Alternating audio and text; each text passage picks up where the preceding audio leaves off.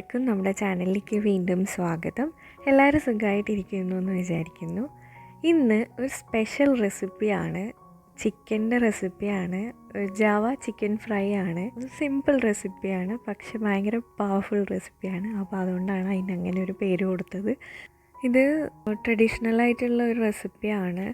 പ്രസവരക്ഷയുടെ സമയത്തൊക്കെ നമ്മൾ ഇങ്ങനെയാണ് നമ്മൾ ചിക്കൻ കഴിക്കുന്നത്.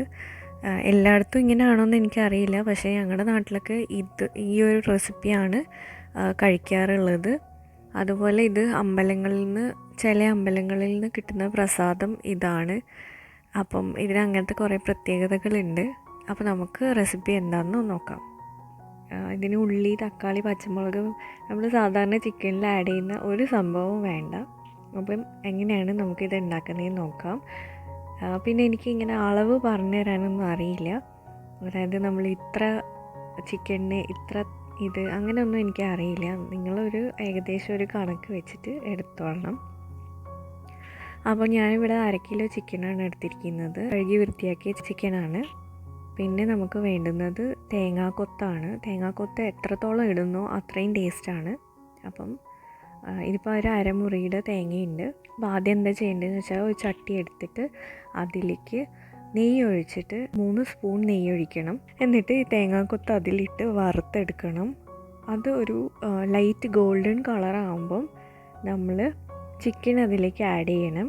ചിക്കൻ ആഡ് ചെയ്തിട്ട് നല്ലപോലെ ഒന്ന് ഇളക്കിയെടുക്കണം. എന്നിട്ട് അതിലേക്ക് മഞ്ഞൾ പൊടിയും അതുപോലെ ഉപ്പും ആഡ് ചെയ്യണം. പിന്നെ നമ്മൾ ആഡ് ചെയ്യുന്നത് കുരുമുളക് പൊടിയാണ്. അത് ക്രഷ് ചെയ്തിട്ടുള്ള കുരുമുളകാണ് വേണ്ടുന്നത്. ക്രഷ് ചെയ്തിട്ടുള്ള കുരുമുളകും കൂടെ ആഡ് ചെയ്തിട്ട് നമ്മൾ കുറച്ച് വെള്ളം ഒഴിച്ചിട്ട് അത് വേവിക്കാൻ വെക്കണം.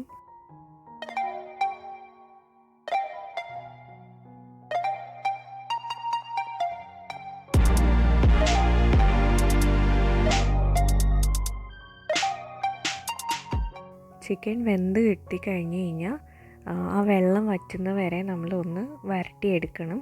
എന്നിട്ട് അതിലേക്ക് ഉപ്പും കുരുമുളകും വേണമെങ്കിൽ ചേർക്കാം.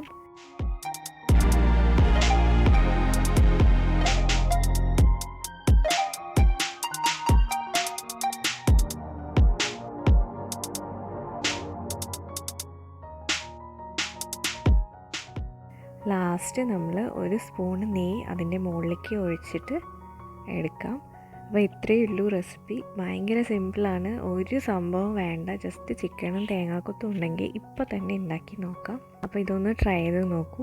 ഇഷ്ടമാവുന്ന 100% ഷുവറാണ്.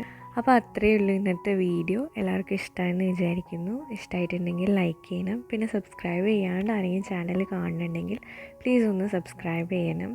പിന്നെ ആ നോട്ടിഫിക്കേഷൻ ബെല്ലിൽ ഓൾ എന്നുള്ള ഓപ്ഷനും കൂടെ ക്ലിക്ക് ചെയ്താൽ ഞാൻ ഇനി ഇടുന്ന വീഡിയോസൊക്കെ നിങ്ങൾക്ക് നോട്ടിഫിക്കേഷനായിട്ട് കിട്ടും. അപ്പം നമുക്കിനി അടുത്തൊരു വീഡിയോയിൽ കാണാം. അതുവരെ ബൈ.